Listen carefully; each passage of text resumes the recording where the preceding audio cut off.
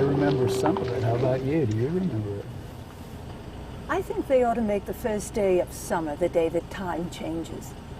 Wasn't that the line? I think that was it. And Johnny, in his articulate way, said, what? That's good. That's testosterone again. Very articulate. We're coming back on the air after an interruption due to technical problems.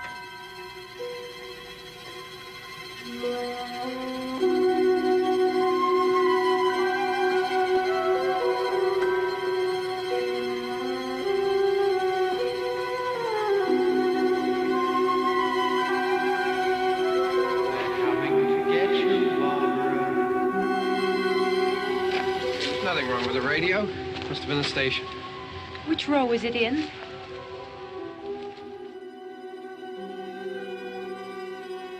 We had some wonderful film noir type shots. Do you remember? Absolutely. Well, they were scattered throughout all over, but I think you have one in particular. Oh, I do. I do. At the very beginning, in fact, when we were coming into the cemetery, remember the old cemetery sign shaped like a diamond? It had cemetery on it. It was riddled with bullet holes. Used to be just down over the hill, just behind that building down there, as in the main entrance. Yeah. I was asked to audition for Night of the Living Dead by Carl Hardman. I was not in Pittsburgh at the time. I knew in my soul I needed to go to California. When I was in 4th grade, I knew that was the place I was going to live. When I was late teens, early 20s, off I went with a little pack on my back out to Hollywood to make it big in film. I had been there a short while when Carl called. He said, "We're going to make a movie. Why don't you come on back and audition?" Packed up my little bag, went back to my hometown of Pittsburgh, auditioned for the film. The rest is history, if you will. I got the role of Barbara. It changed my life. Well, it's, you know, there actually was nothing wrong with the radio. It was the station. Yes. All the exposition that was set up, whether it was a shot of your glove or it was a shot of the radio and the static, it all added to the storyline, didn't it? Absolutely. All those little insert shots led up to, well, here we are back here 40 years later. And isn't this where you put the wreath? This was the wreath that we drove all the way from the city to put it out here. That's right. I wonder what happened to the one from last year. Each year we spend good money on these things. We come out here and the one from last year's gone. Well, the flowers die, and the caretaker or somebody takes them away. Shooting the film was broken up into segments. We shot all summer, then there was an hiatus. We came back in the fall. To be honest with you, I never got frustrated with that. It was really a part of the process. That's a part of filmmaking. Keep in mind, too, I was a young actress, who really didn't have experience under her belt, many films to draw from. This was new, it was exciting, it's where I wanted to be. Anything that came my way, whether it was long hours, whether it was waiting 2 months to go back and readdress a scene that was already done, didn't bother me. I loved doing it. The whole process, though long and arduous, was exciting. It was fun. We were riding in the cemetery, Johnny and me. Johnny.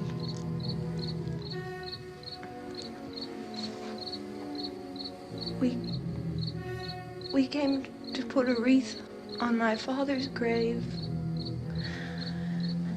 Johnny and... Barbara became, on the screen, or as we shot, her character grew from all our little side discussions.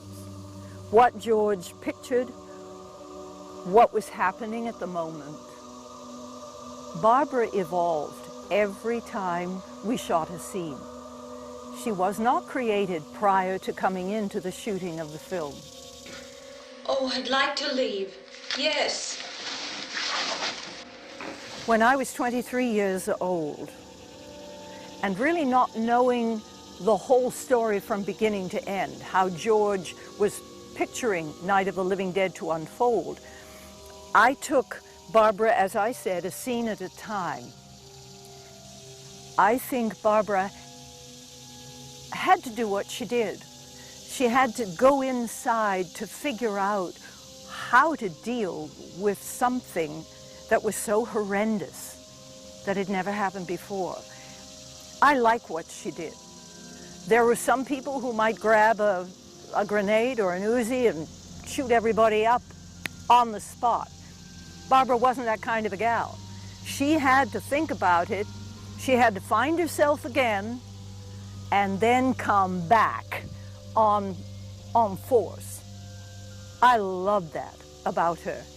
I would like to think that a good part of Judith is like that too, especially today.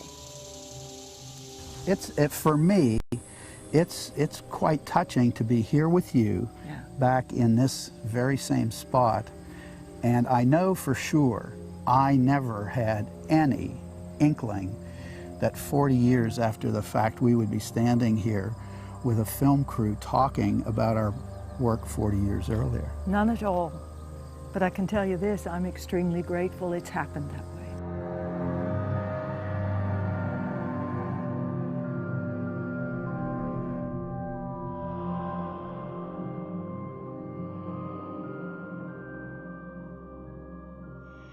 You still here, Bill?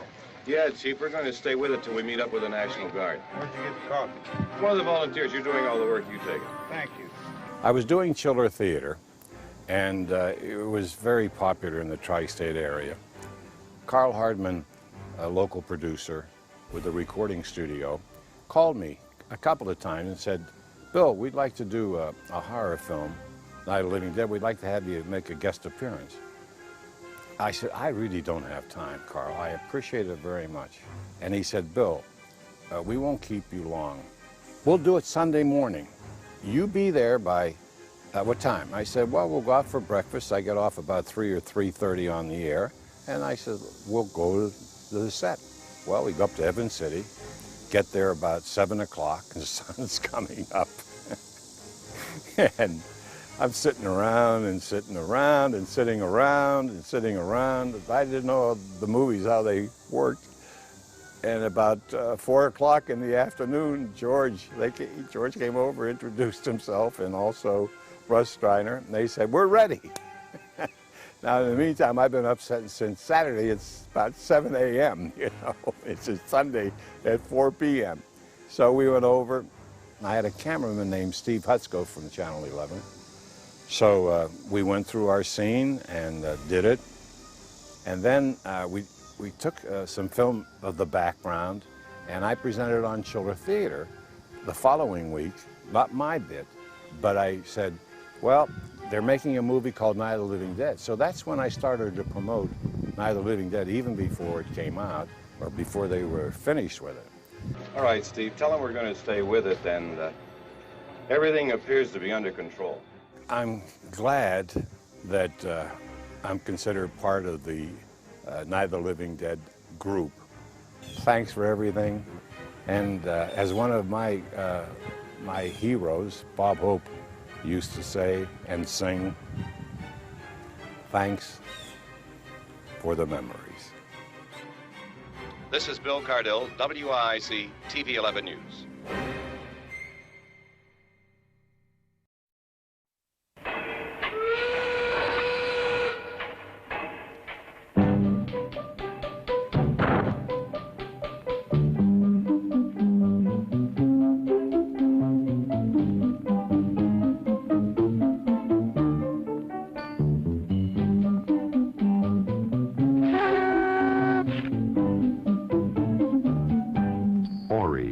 Makes the scene delicious.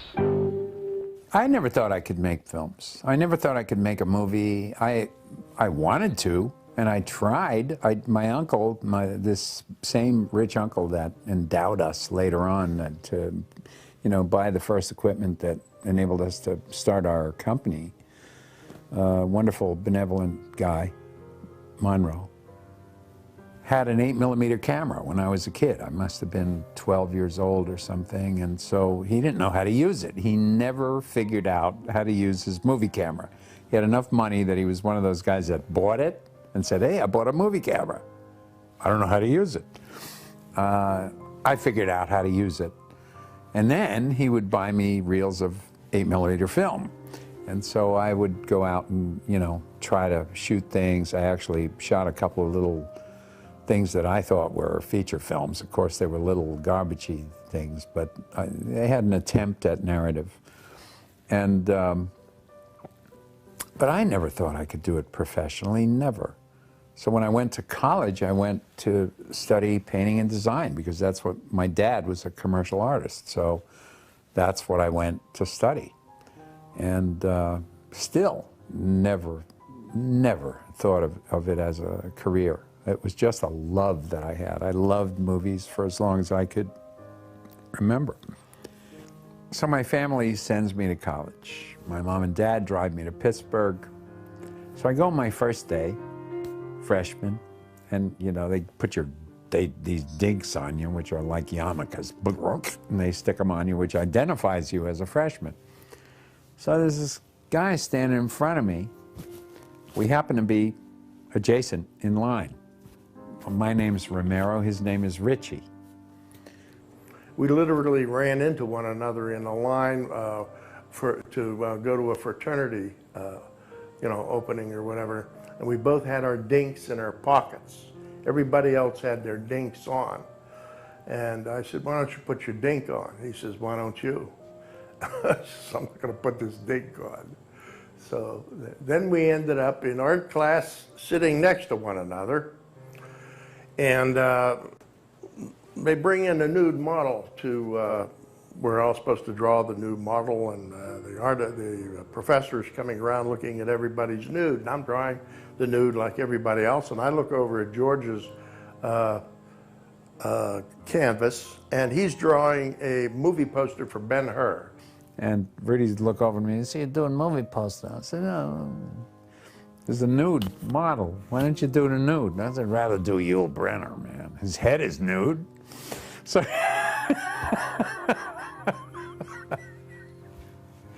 honest to Christ, it was like that. I mean, we just were both blowing it. I'm still blowing off education. I didn't. Rudy's got the same sort of irreverent attitude, and we just became great buddies. So that's how actually we started doing little scripts, and we had a radio show.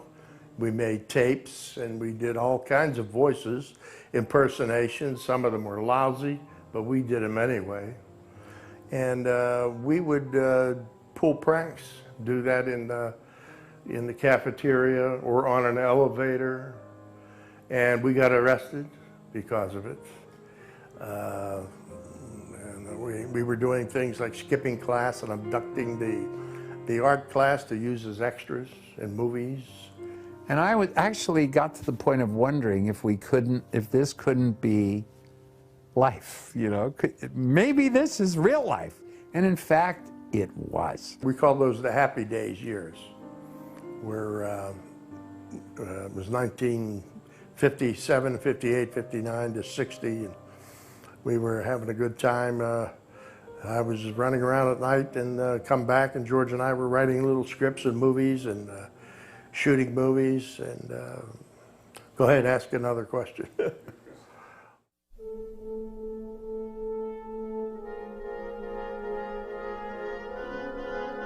I wanted to be an actor. How I met George through another friend of ours who is still a friend of ours, Rudy Ritchie. Rudy and I were cast in a play at the Pittsburgh Playhouse. And as I recall, it was No Time for Sergeants. I did a number of plays then, but I think that particular one was No Time for Sergeants. And George came to see the show one night to come to see his friend Rudy Ritchie. And that was the first night that I met George. And I must say that it was a very, very ceremonial meeting, in that George showed up in a cape. He was going through his Jose Ferrer Cyrano de Bergerac period. And he actually showed up in a cape and spouting lines from Cyrano. So he begins going, "This nose, you see this nose upon my face? It is a nuisance, no?" And I'm just wondering, what is he doing? Well, he was acting. He was showing the actors that he too could act.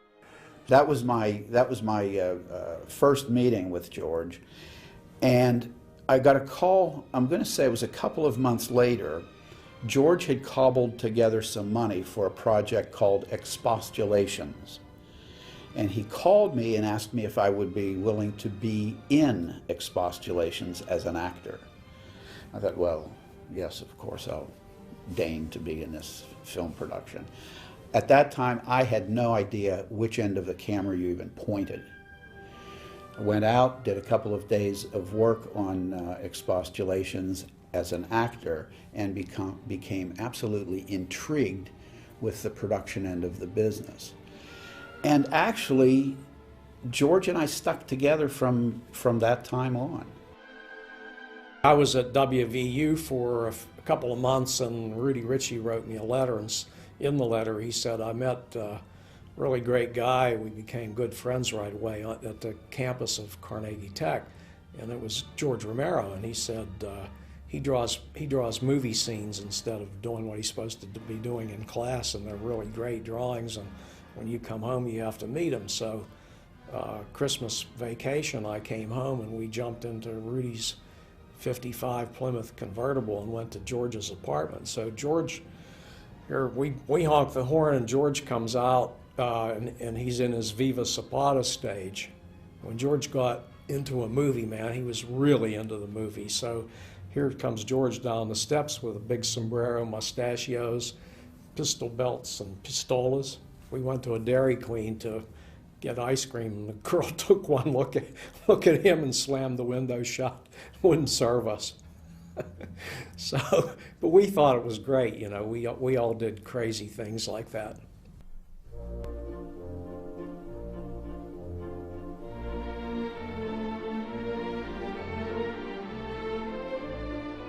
George and I formed the Latent Image. I think it was actually incorporated in 1961.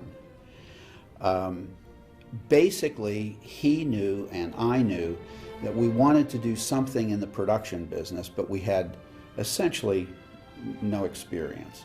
It was on-the-job training, if you will, in some ways.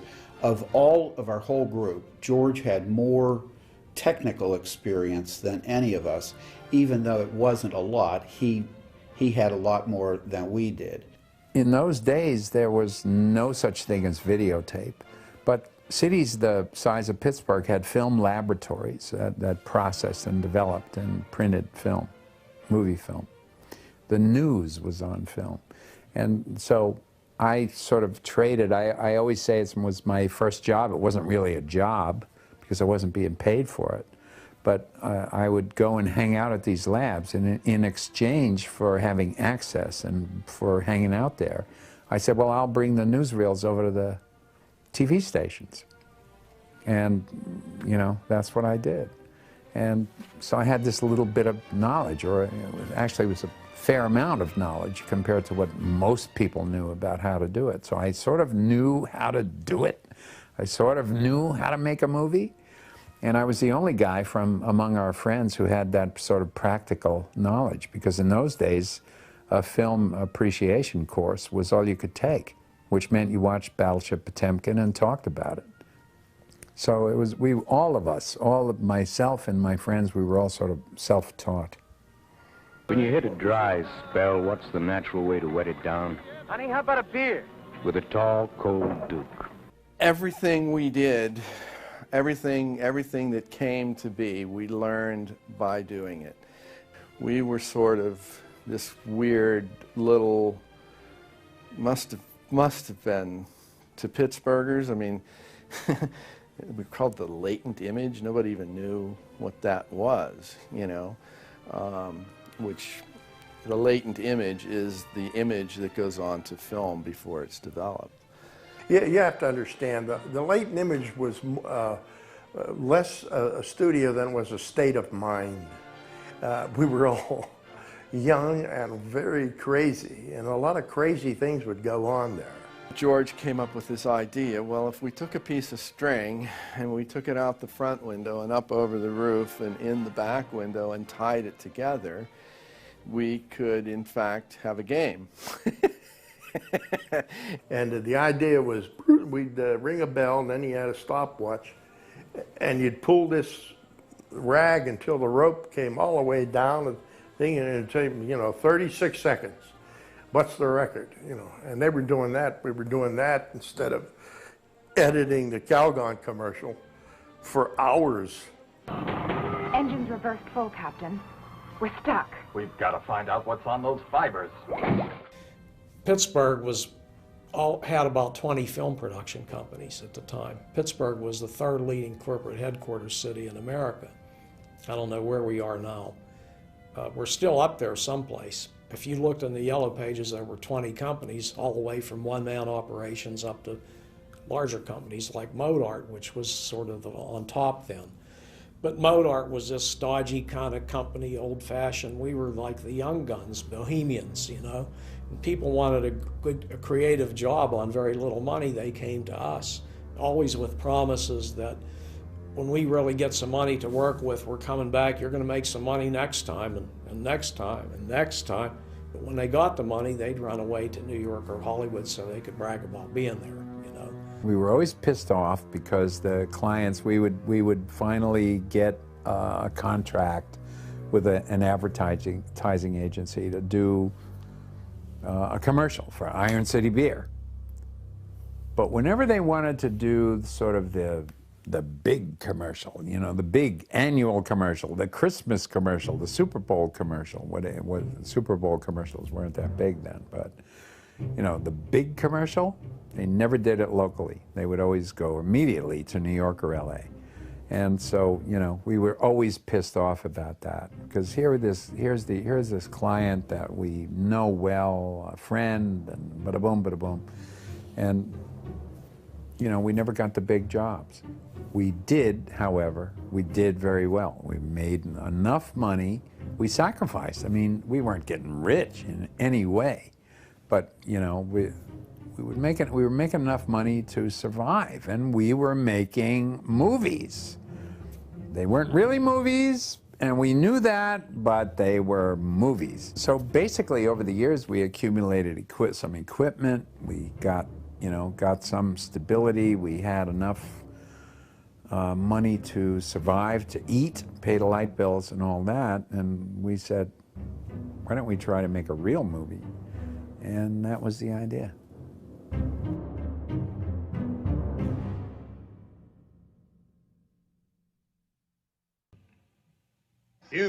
Drag that out of here and throw it on the fire. Nothing down here. All right, go ahead down and give him a hand. Let's go check out the house. There's something here. I heard a noise. Vince Stravinsky was such an incredible force and such an incredible human being. Vince worked his ass off. I mean, he did everything from going out to that house and figuring out how to get the pump running and get water running in the house so that we at least had running water, to procuring it. I mean, I think he did the real estate deal for it. He did that deal. Vince was just an amazing, amazing, amazing human being that should be absolutely given as much credit as anyone for the making of Night of the Living Dead.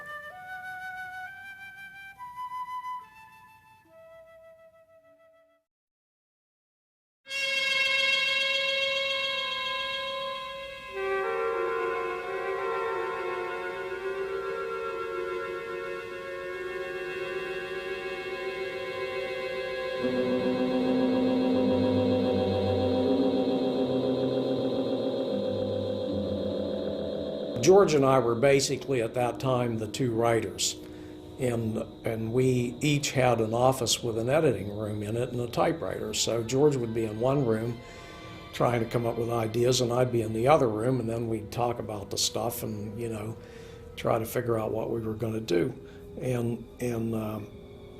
And I said that whatever we did should start in a cemetery, because people find cemeteries spooky, and I'm thinking about Abbott and Costello, and they're in the cemetery, and the coffin, and the, you know, the candles sliding, and all that kind of stuff. And so I was working on an idea where aliens come to Earth, and they're in search of human flesh, and it was going to start in a cemetery. So I had written a short story which I basically had ripped off from a Richard Matheson novel called I Am Legend. And I said, how about this? But we had a Christmas break, and George went away for 5 or 6 days and came back, and he had a story that started in the cemetery, and it was basically the opening of what became Night of the Living Dead. You had somebody attacking the girl in the cemetery. You had her running to the car, the keys. You had all, you know, making it to the house. And I think it went all the way up to where Ben shows up. And everybody liked the flow of it, and it had the excitement and the suspense. But George never said who these creatures were. And I said, man, this is great, you know, really. And I said, well, you know, it seems to me they could be dead people. I said, why don't we? He said, oh, that's good. I said, but what are they after? They're attacking, but what, you know, they don't bite anybody. They don't, you know, what do they do other than fight? And he didn't know that either. I said, well, why don't we use my flesh-eating idea? So that's how they became the Living Dead, after human flesh. And meantime, we put together 10 of us, 10 friends, and we said, let's kick in $600 a piece. And everybody did. We had 6 Gs, bought some film, rented the farmhouse, found the farmhouse through some real estate agent, and started to shoot. You know, it was about doing it. And it's sort of like, again, the reverse of Hollywood as we know it today. There's a lot of talk and not much action. You know, this was all, that's why the film got made, and that's why the film got made before there was even really a completed script, as far as I'm concerned. It was an idea, and before the idea went cold, it was much more important to get into production on it. You know, and I mean, that's my gut, and that's my feeling now from what might have happened back then, because we certainly weren't prepared, you know, when we went out to shoot. I mean, far from it. I don't think any of us knew how to produce a film. I mean, we screwed up left and right, not producing everything in every area. I mean, we were just a bunch of guys trying to make a movie, and we basically passed out titles. There were arguments. It was a very democratic community, And in the beginning, there were arguments about who's going to direct, who's going to do this, who's going to do that, who's going to do that. We all thought that we knew how to do each other's job. And we did, basically. Each one of us knew as much as the other guy knew, anyway. And so basically, those jobs were tossed out, you know, okay, you know a little more about this, you know a little more about that. I frankly think that Russ was the best producer, if you want to put it in quotes, because he knew a little bit about business, because we'd been running our company for several years. And he was always the sort of, you know, sane one and all that. Getting a project financed is always one of the most difficult parts of it. And what we decided to do was, once we made the commitment to do the picture, we had one very, very, very important leg up, and that was our production company, the Latent Image, had 35mm cameras, we had all the audio equipment, we had all the lighting equipment, we had studio space.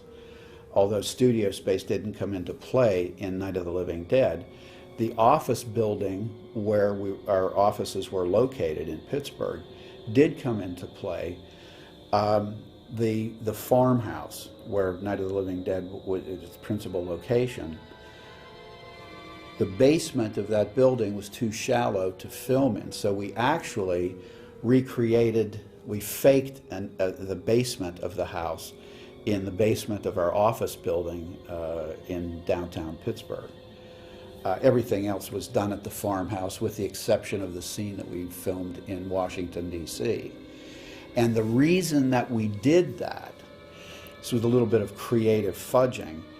We all piled into some cars, drove to Washington, D.C., on a Sunday, had no permits, had no anything.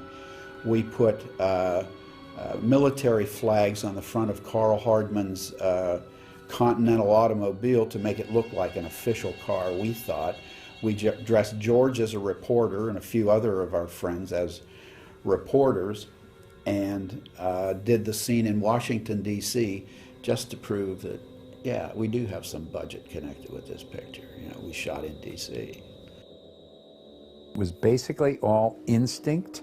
It was basically all, okay, we're going to need,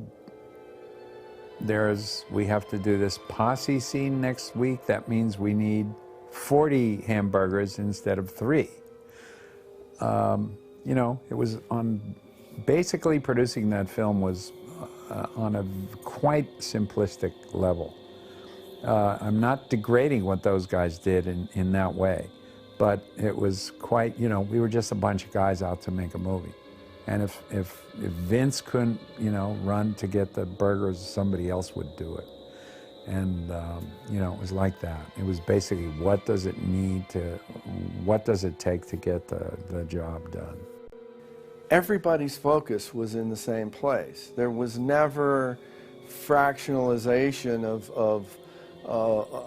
the mission, you know.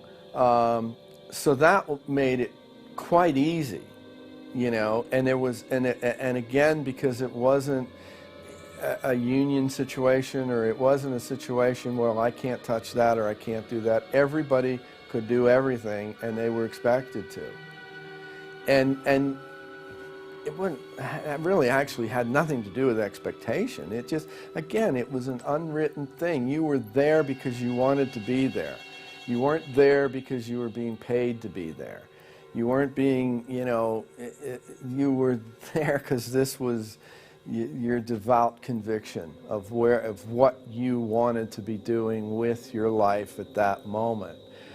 And through all those moments, and you know, I mean, yeah, I'm sure I'm glossing over a whole bunch of stuff, and I'm sure there were at least 1 or 2 short tempers, and I'm sure there were a couple of huff-offs and hissy fits, you know. But that's not what I remember. You know, that's not my recollection of it at all. My recollection of it was a lot of laughter, you know, a lot of people having figured out how to do it. The hardest thing about being the director of Night of the Living Dead, actually during the process of making Night of the Living Dead, the hardest thing was being the director. I was this non-confrontational guy who didn't want to have to hassle with anything. You know, I sort of wanted things to happen. I wanted to, you know, click my ruby slippers and have it happen. The hardest thing was having to sort of grow up and actually say things. Actually having to say, no, put the music box here, not there. I mean, that was the hardest thing. And probably nobody ever even noticed that. I mean, this is really digging deep here. But that was the hardest thing for me, making decisions.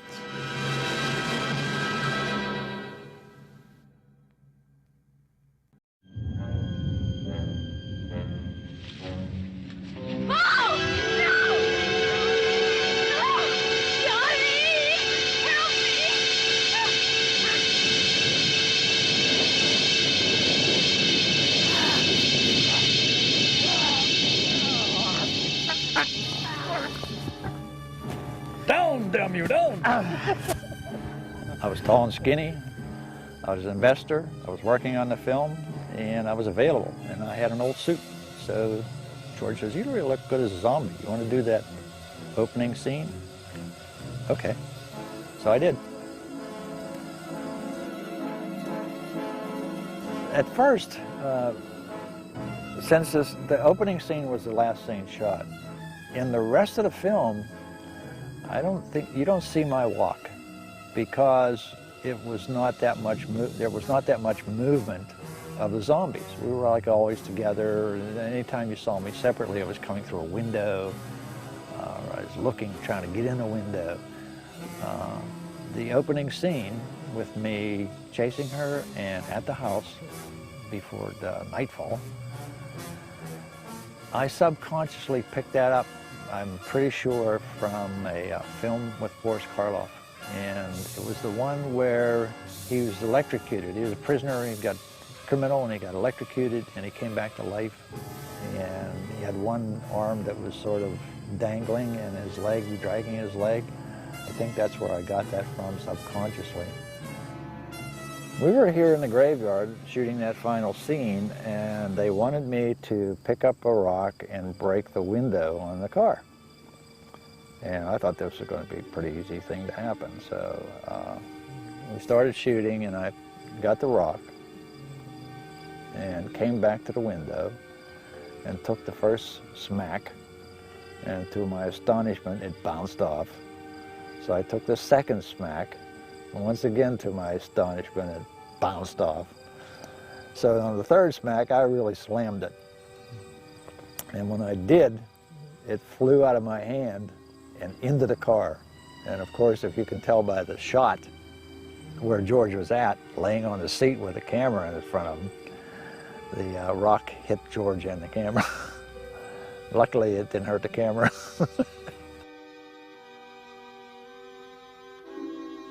Well, guys, it's been 40 years of Night of the Living Dead, and I hope all of you are as proud as I am that we've produced a film that will go down in history and will put our names in history, in the history books. And what else can you say?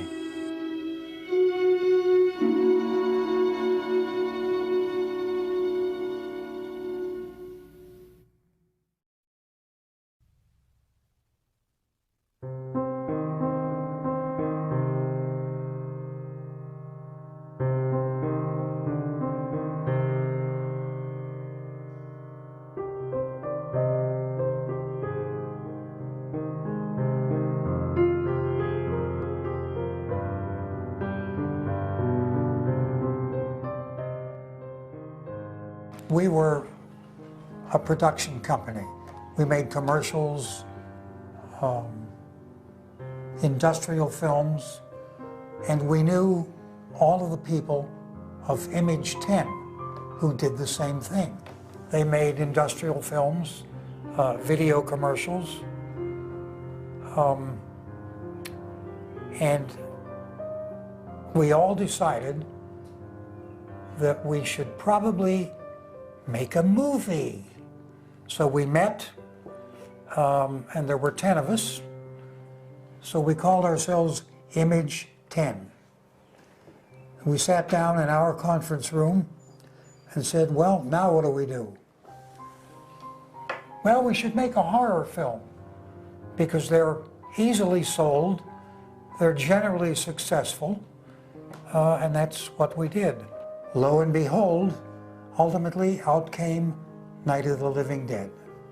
And because I was the right age, I just became Harry Cooper. I'm not going to take that kind of a chance when we got a safe place. We luck into a safe place, and you're telling us we got to risk our lives just because somebody might need help, huh? We all were very much interested in making the scariest horror film we could. We all knew what everyone's talent was, what their specialty was, what our specialty was. There were no assigned roles in the production work. You know, everybody carried water. Right. Because there was no running water to flush the toilet. Everybody ran down to the grocery store to buy bologna to make sandwiches for all of us. And yeah, that's... And everybody took care of the camera gear and carried Did lights everything. And yeah.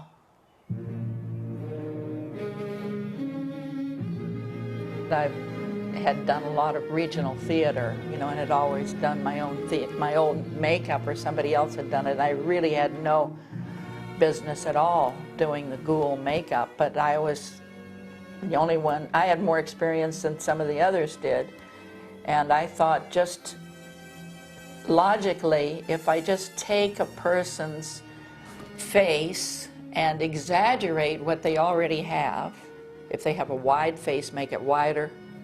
If they have narrow set eyes, make them narrower. And that was my only basis for doing the black and white ghoul makeup. And if you look at the movie and you see we shot the ghouls sequentially, you'll see that in the beginning everyone looks like a raccoon. Mm-hmm. And gradually they got a little more sophisticated. But it's still essentially, it was the black eyes and the sunken cheeks, but then lots of white to emphasize what they already had. I did the nudes makeup too, and that was an experience because I had never done makeup on a nude woman. But I just dusted her down with gray makeup to tone down. She was an art student, and she was very young and healthy, and so I just wanted to make her look kind of gray and dead. And she walked past the camera. There was no frontal shot of her, at least not in the film. And no, there wasn't any. No, and that's it. She's just on camera for 2 seconds, but you'll see that on your midnight movies. It isn't the fuse. The power lines are down. Helen, I have to get that gun. Haven't you had enough? I'm just enormously flattered that anybody remembers it now, 40 years later. No, yes. I still don't really associate with it. Our view, essentially, is the fact that we were very, very lucky with this film. Right. Lack of experience, in a true sense, to be able to make a film that has withstood time. A film 40 years later, which is still being talked about.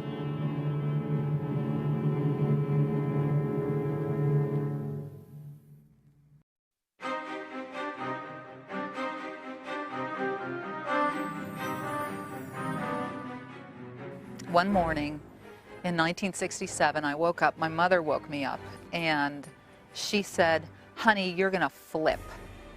And I thought, oh, what a way to wake up, you know. She's trying to like cajole me into getting up and going to school, like that's gonna work.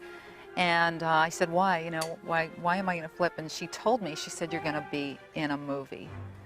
And I said, what kind of movie? And then she told me a little bit about it, and my dad came over and he told me more about it.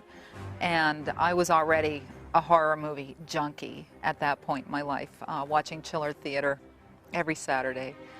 And I just couldn't believe my good fortune that I was going to get to play like a little monster and kill people. What could be better? As I recall in my scenes, my dad did most of the direction. Maybe because he figured I feared him more than I feared George. I don't know. So, but yeah, he directed me through the trowel scene, and I think George was more involved when I was eating my dad's arm and maybe being thrown on the couch by Dwayne.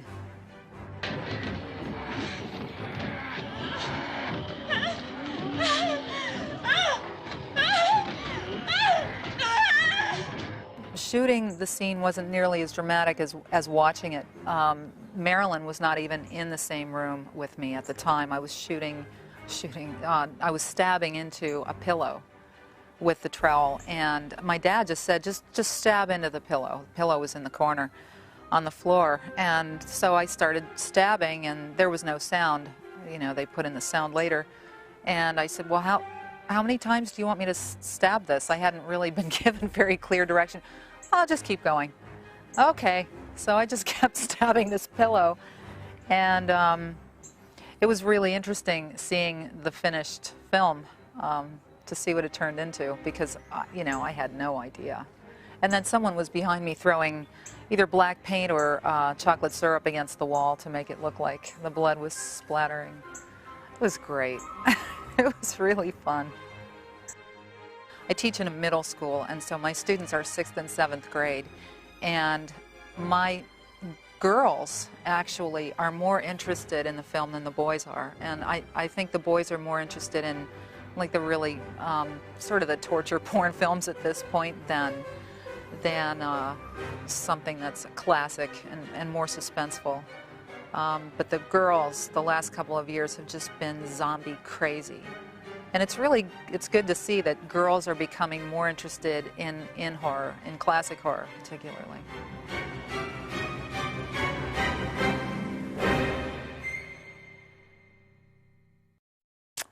I just do want to add one more thing, actually.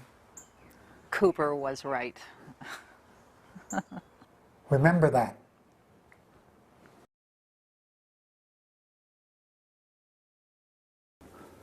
This is my little firecracker. Let's go see what it does.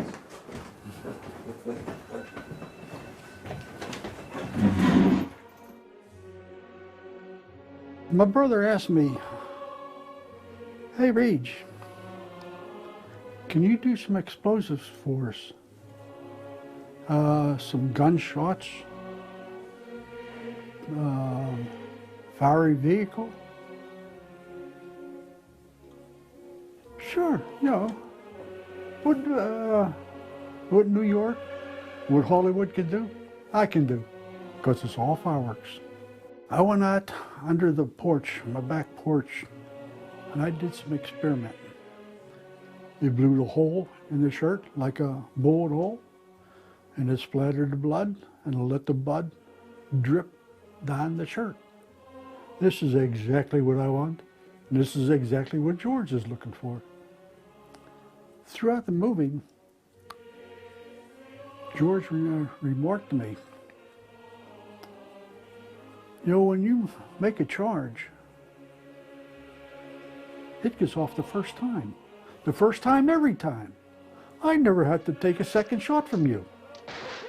Over in Hollywood, when I worked over there, sometimes we had to do 2, 3, 4, 5 shots because they don't work. Yeah, it put a smile across me. You know, that's what Hollywood can do. I can do, if not better.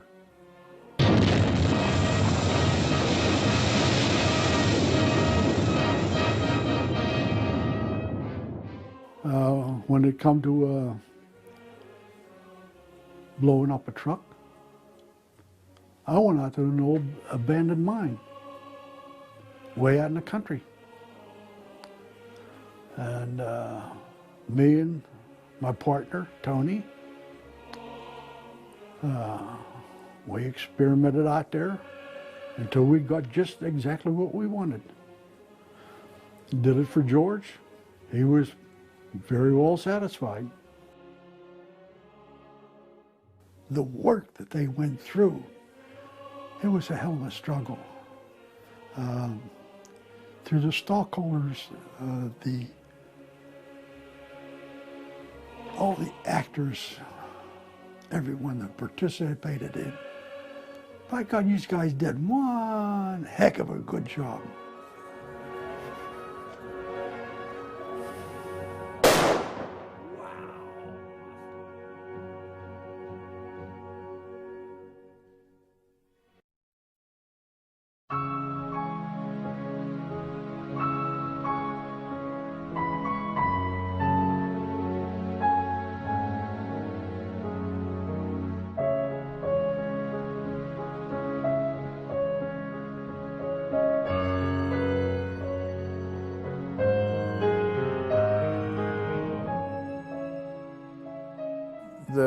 The lead role of Ben was written colorless.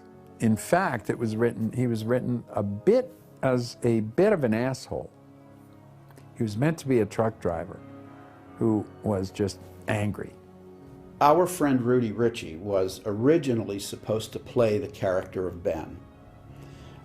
He was close by, he was accessible, he was all the things that our low-budget film needed. Until a mutual friend of ours, Betty Ellen Haughey, introduced us to an actor friend of hers from New York who happened to be in Pittsburgh visiting his family over Easter in 1967, and that person was Duane Jones. Duane turned out to be the best actor from among our friends, and so we said, okay, Duane, you got it. And we thought we were being very hip in not changing the script because he was a black man. We thought, cool, man, we ain't gonna change nothing. We're not gonna do a thing, let's just play it the way it was and leave it, let it lay. You know, this is this 60s thing coming through. Duane was the only guy who said, I think you're missing a bet here. I mean, Duane actually thought we should take note of it. And in later years, and now particularly, I think we probably should have. Not to make it a big point, but to refer to it at least. Because the anger of this guy, I mean, to put it in very simplistic terms, I think that a person in a minority, any minority, sees a lot of things way more clearly than people in the majority. Most things. But anger gets in the way. And we had written this guy as angry for no reason at all. But if you track the logic of the story, is that rage that comes up, automatic rage that comes out, that would have been an interesting overlay. I'm saying again, not hit it hard, but that would have been an interesting overlay on it. And Duane knew this. He was the only guy that knew it. And we're going, no, man, I mean, you know, this is like, we want this to be completely, you know, forget about it. The best way to do this is not comment on it at all. And Duane said, yeah, but you're asking me to slug a white woman. You know what's going to happen to me out on the street if this movie gets in the theater?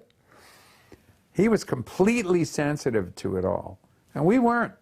We're white guys, thinking we're being cool, but yet being insensitive to the you know, the real root of the problem. I looked back at the diner to see if there was anyone there who could help me. It was when I noticed that the entire place had been encircled.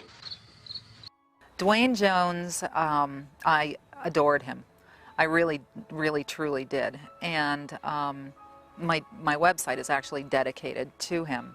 Dwayne was quiet, and I felt safe with him. I didn't feel like, you know, he was just a goofy actor, that there was more substance to him, and I felt very, very comfortable with him. He was an erudite man who taught at Vassar, and a good actor, very good actor. I could use some help up here. That's the cellar. It's the safest place. You mean you didn't hear the racket we were making up here? He was very sensitive, very intelligent, very widely read. Between takes, you'd find Dwayne buried in a book. No superficial stuff, you know, deep philosophy or psychology or, you know, James Joyce, whatever. That was Dwayne. If you're stupid enough to go die in that trap, that's your business. However, I am not stupid enough to follow you. You know, there's so much to say about Dwayne that it's hard to bring it down to a couple of lines. He was a tortured individual. There was a whole lot of the black-white problem that he carried on his shoulders. Well, I wish Dwayne was still alive, because he would be the guy that I would most want to talk to about, you know, how do you feel about this, that this is happening, or that this film has become important in a certain sense.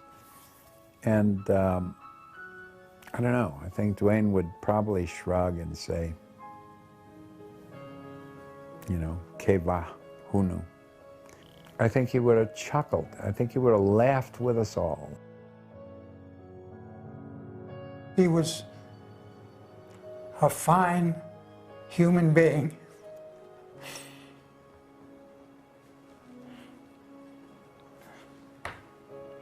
Sorry, I choke up when I think about Dwayne, because he was my friend. And I think he got a rotten deal in life. I'm glad that he did this picture and that he has that legacy. Yes, well deserved. Very well deserved.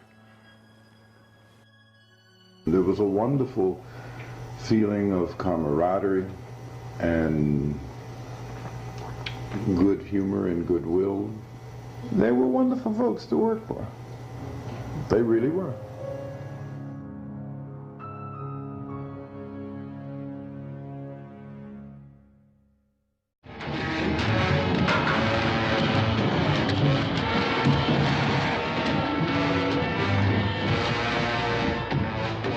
I lived here all my life. I married my husband. We built this home here and had our cabinet shop. And after we were done working one Saturday afternoon, we were sitting in the yard. People drove up and they said to us, "Hi, would you like to be in our movie?" Of course, my husband said no, but I said, "Yeah, that would be fun."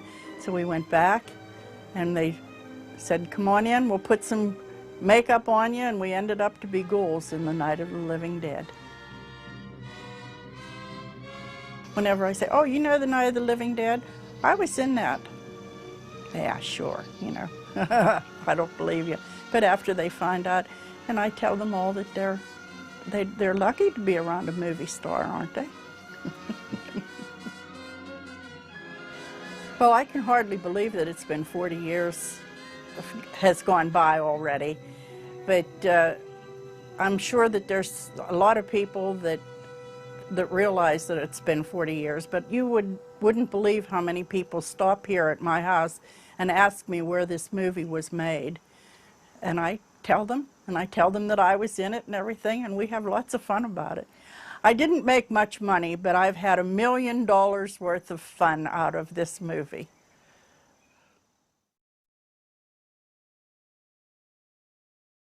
Welcome to a night of total terror.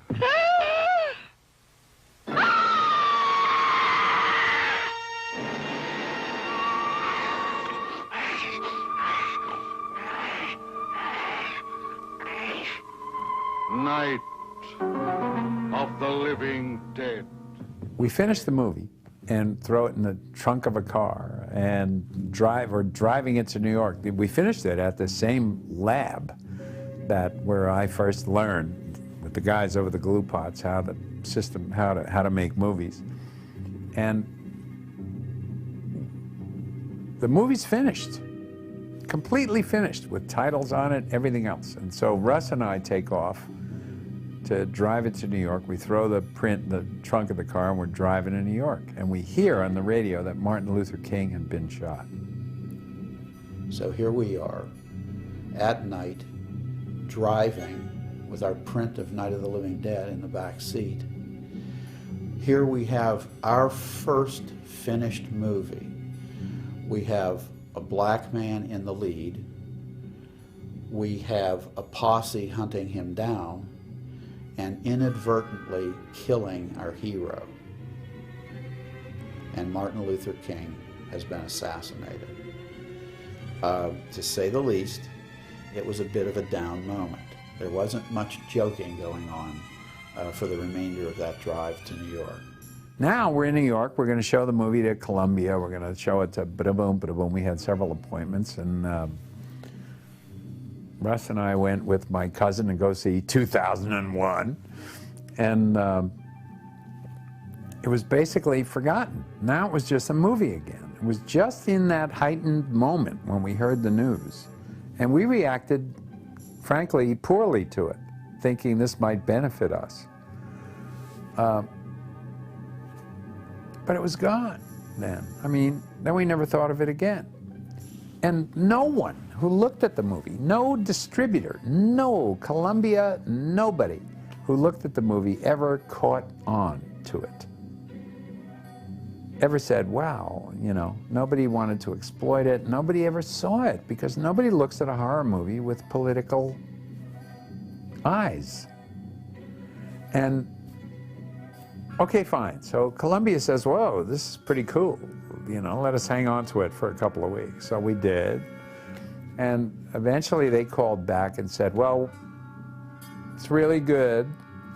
We'd like you to change the ending and not shoot the guy.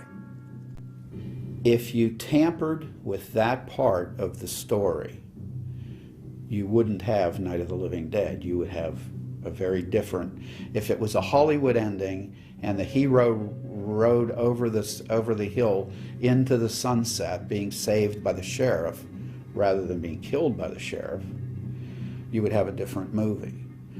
And so we boldly said, you know, I think, you know, this is our first shot at this, and we said, you know, we didn't know how hard it actually was to get something released. We said, no fucking way, the guy has to die.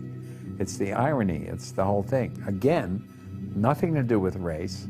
If the guy was white, he still would have to die because he made a mistake. He made the wrong choice. He should die for it. Okay, so Columbia says, all right, blows us off. Several other people, AIP, all these other companies look at it. Nobody wants it. So we drive home again. And somebody suggests get a sales agent. So we did. Several weeks later, he calls up and says, I got a distributor that's interested. Walter Reed. And our first reaction, they want to change the ending? No, no, they'll take it as is. Our friends in Pittsburgh, they didn't know what to think. I mean, basically, I think most of the people that we all knew, I mean, I'm speaking for all of us now, you know, thought, what the fuck are you doing here? A lot of people, most everyone said, good luck. We thought it was bad. Yeah, we thought it was bad. I looked at my acting in the film and I thought, oh my God, I was awful. And I still think I was, although not as much as before, because people like it. They still like it. We just couldn't be objective. We couldn't be objective about our own performances or anyone else's, or about the horror of the film. The most profound reaction was from my grandmother on my father's side. She knew we were working on a movie. She had no idea about what it was about and so forth. When we had the premiere screening of Night of the Living Dead, she was in the audience seeing it with a whole audience full of people at the same time. And the cemetery scene comes on, we go through it, I get into the fight with the cemetery zombie, and when the fight started, she got really tense. She got more tense when he knocked my glasses off. She shouted, "Russell, he broke your glasses." And then, when I hit my head on the tombstone, I think that was about it for her. I don't know if she could even tell you one thing that happened in that movie after that, after her Russell got his head hit on the tombstone. And it was so real and so genuine, she just couldn't help herself. Here's her grandson, her first grandson. Oh my God! Now his glasses are broken and he's dead within 2 minutes. It doesn't compute for a grandmother.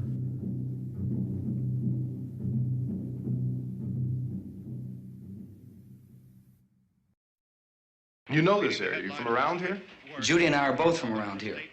We were on our way up to the lake to go swimming.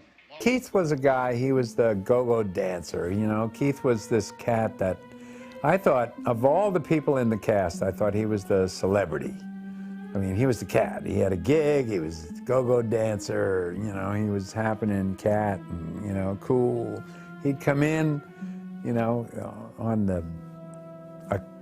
in a convertible, sitting on the back seat of the hood, going, "Hey, yo, yo." I mean, he was the showbiz cat. He was the cat who was most showbiz of anyone in the cast. He was Frankie Avalon. I mean, he was the cat, and he was the young guy that we thought was, you know, we got our Frankie Avalon, man, ain't he cool? You know, he would blow in and out. I mean, of all the people that made the movie, he was the least involved because he had a career. None of the rest of us had a career in doing anything. And he was the cat that had a career. So he was sort of the hero, the showbiz cat. And they'd drive him in, he'd be sitting on the back of a convertible, and he'd be going, "Hey." And, you know, we were all sort of a bit in awe of him.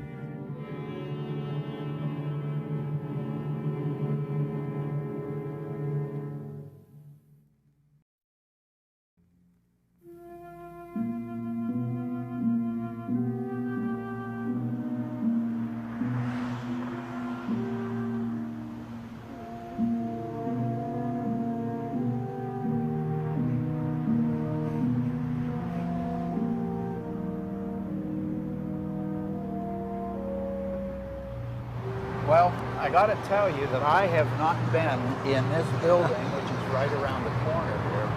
I've not been in this building since I believe it was 1970. Well, it actually looks pretty much the same way. Yeah, the front of the building hasn't changed. It hasn't changed at all. Ken Goldsmith is still the fellow who owns the building. Yeah. That's our old landlord.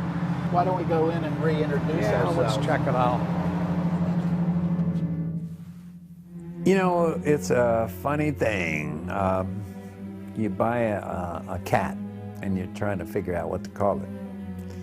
And it's hard to find what to call it. And so, okay, we're gonna make a movie. What are we gonna call it? That's even harder than when you have a cat, because at least the cat has a certain personality, a certain color or whatever. We didn't know what to call it. So I came up with this really sort of snooty title. Night of Anubis.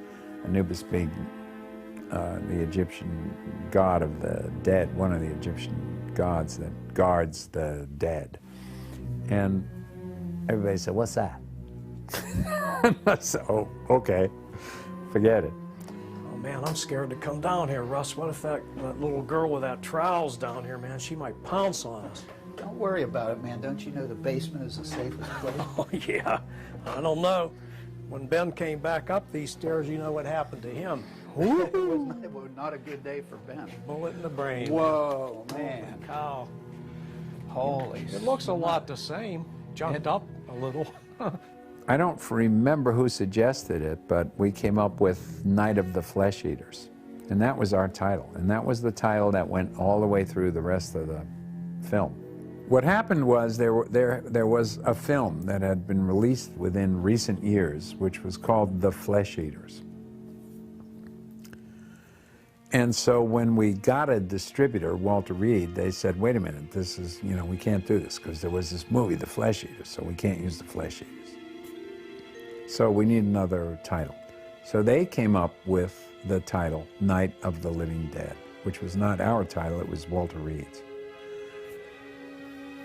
We liked it a lot immediately, and so we said, yeah. But when they took it off, we were, again, these amateur filmmakers, we had put our little copyright notice, the C with the circle around it, on the title, on Night of the Flesh Eaters, C with the copyright. We should have put the copyright notice at the end of the film, which is where it belongs. Does this over here, is that where the film storage room was over here? Where Yep, we're headed toward it right now. We used to keep Night of the Living Dead elements and all the elements for our commercial films. And yep, this was the storage area. Image presentation film. Oh, man. Geez, the film racks are still here. Look at this. You know, Jack, of all of the recollections, this could possibly be the saddest one. Yeah. This is the room where film elements were stored, the film elements that weren't stored in the lab vault. But press kits, prints of the movie, outtakes, trims, and not only that, but like the latent image presentation film that was so great that you guys made while I was still in the Army. Wow. That was a fantastic film. This is where, this is the room where George Romero, myself, and the rest of us who killed ourselves for years making films, priceless films, that if anybody could uncover copies of those now, it would be absolutely priceless. And for George and myself as well, was all stored here, and a flood came through and just took it all away. Ruined, absolutely everything ruined. When they changed the title to Night of the Living Dead, they took off Night of the Flesh Eaters. In taking that off, they took off the copyright. And when they put on Night of the Living Dead, they didn't reinstate a copyright because they didn't, you know, nobody noticed that the copyright notice had come off. And so, I don't know, 3 or 4 years into the film's release, you know, a lot of people noticed that the film had no copyright on it. And it remains to this day in public domain. On one more sad note, while we're in this room, I can't help but mention the fact that this is where the print of Flesh Eaters was stored, and that this is where the copyright notice got flushed away. Lost. And if that hasn't caused us 40 years of grief. Absolutely right. But hey, we're going to get it worked out one of these days. So I absolutely maintain, because of script registrations and other items that have Night of the Living Dead copyright on them, the copyright issue for me will never be closed. I will always have a dispute with the Copyright Office, and one of these days we hope to fully have the copyright restored to Night of the Living Dead.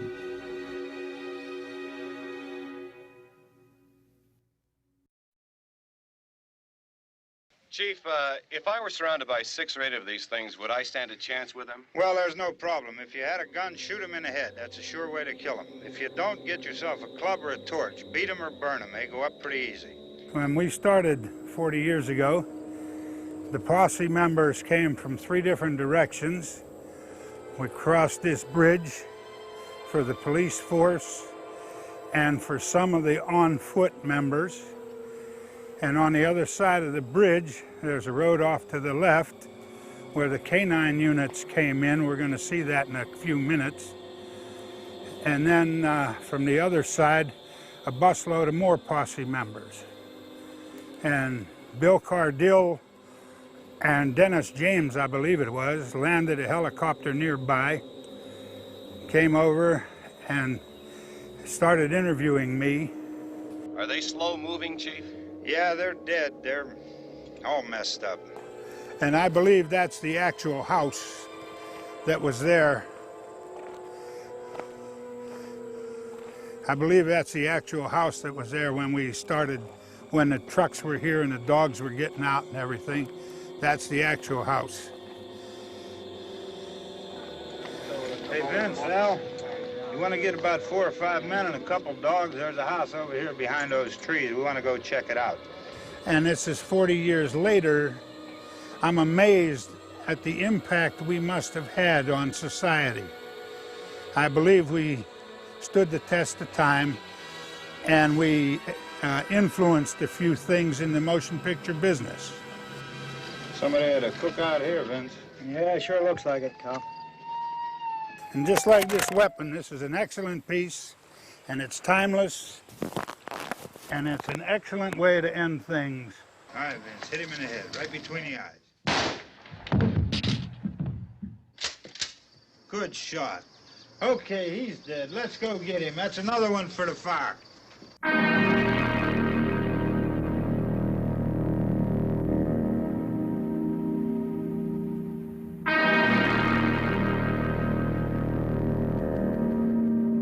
The first time I saw Night of the Living Dead, at 13, I don't think I slept for about a week. I think I was so terrified that I was seeing zombies everywhere, or more specifically, I was seeing safety avenues for zombies. Night of the Living Dead for me wasn't just about horror, it also was about empowerment, because you could stop them, you could shoot them in the head. So at least there was hope. I realized, well, if zombies were attacking me, I could hit them in the head with a brick. I'll never forget, just even watching the movie again recently, you get to the point where you're watching the film and it sort of starts with this kind of lighthearted attitude and you know, Russ doing his "they're coming to get you, Barbara" and stuff. But as the movie progresses, it gets more and more intense. And all of a sudden, when the gas tank explodes, and the zombies start eating the remains in the truck, it goes from sort of a kind of a safe, not really threatening horror movie to a movie that's taking you somewhere you've never been before. As long as there's people out there who have a way to watch movies, as long as there's any chance of any culture to be had by going into a theater with, you know, sitting with strangers or even in the comfort of your own home, if there's a single way to watch a movie, Night of the Living Dead will be there. It's a classic. It always will be a classic, and it's probably going to be part of our history as a culture, as a society, and of course from a filmmaking standpoint. I think that the low budget of it really lent to the whole quality of it, because, you know, up to then, you know, most of the, you know, feature films that you see are horror are, you know, relatively high budget, high values, and this was kind of a departure from that, and that it was almost that kind of cinema verite, almost like we're following as it's happening. That kind of, you know, what War of the Worlds tried to do on the radio. You know, it's this, you know, documentary kind of thing, and it kind of almost, it felt like it was mirroring that kind of thing, only in cinema. I remember hearing about it. I went down to New York City. I met some friends. We went to the Coronet Theater. Maybe it was a midnight showing. I was slightly stoned, and it couldn't have been a more perfect time to see that movie. I had anticipation. I was in the right frame of mind, so to speak. I was with my friends. It was a midnight showing, and I was completely open to the experience. I completely absorbed the experience, and it really blew my mind. It was fantastic. I just loved it. It was a life-changing experience. To all my little zombies out there, I'm so proud of you. Every time a part falls off your face and lands in the dirt, I'm there with you, all right? And George, just keep making them. You make them, I'll watch them. I'll be in one. Call me, I'll be in Rock of the Dead, or wherever, however you want to do it. 40th anniversary. Way to go. I think probably Night of the Living Dead is the scariest of all the films I've ever made, because partly what we were trying to do was scare you. Since then, I haven't tried to scare, and I don't think any of my other films are scary. I laugh at them. Again, I grew up on EC comic books where I laughed and giggled at the gore, and expected things to turn bad and be terrible. And so it's very hard for me to even perceive what is going to scare people. A question that people sometimes ask me, well, did you know when you were working on this picture that it was going to become a classic, that so many years after the fact that people would still be looking at it, talking about it, wanting to ask questions about it? The answer to that question is absolutely not. What we did was to tell the best story that we were capable of telling on film. The fans made it a classic. We made a good film. The fans made it a classic.